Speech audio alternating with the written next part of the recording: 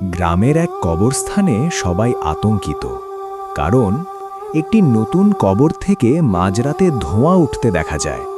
প্রথমে মানুষ ভাবল কারো দুষ্টুমি, কিন্তু তৃতীয় রাতেও একই ঘটনা। রাত 2টা, দুইজন যুবক সাহস করে কবরস্থানে গেল। হঠাৎ তারা দেখল ওই কবরের মাটি লালচে জ্বলজ্বল করছে। মনে হচ্ছে ভিতর থেকে আগুনের আভা বের হচ্ছে। একজন কাঁপতে কাঁপতে বলল, এটা কি জাহান্নামের শাস্তি? তারা দৌড়ে গিয়ে ইমাম সাহেবকে খবর দিল।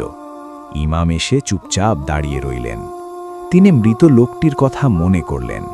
লোকটা ছিল ধনী, কিন্তু সুদ খেত, মানুষের টাকা মেরে দিত, নামাজ পড়ত না।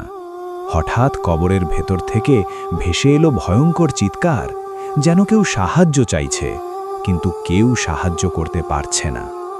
সকাল হলে কবর স্বাভাবিক, কোনো আগুন নেই, কোনো ধোঁয়া নেই, কিন্তু যারা দেখেছিল তারা কসম করে বলেছে এটা স্বপ্ন ছিল না। সেদিনের পর পুরো গ্রাম বদলে গেল, মসজিদে মানুষ ভরে গেল। কবর হলো অন্ধকার গর্ত নয়, এটা জান্নাতের বাগান অথবা জাহান্নামের গর্ত। আজ যা করছো, কাল কবরেই তার ফল পাবে।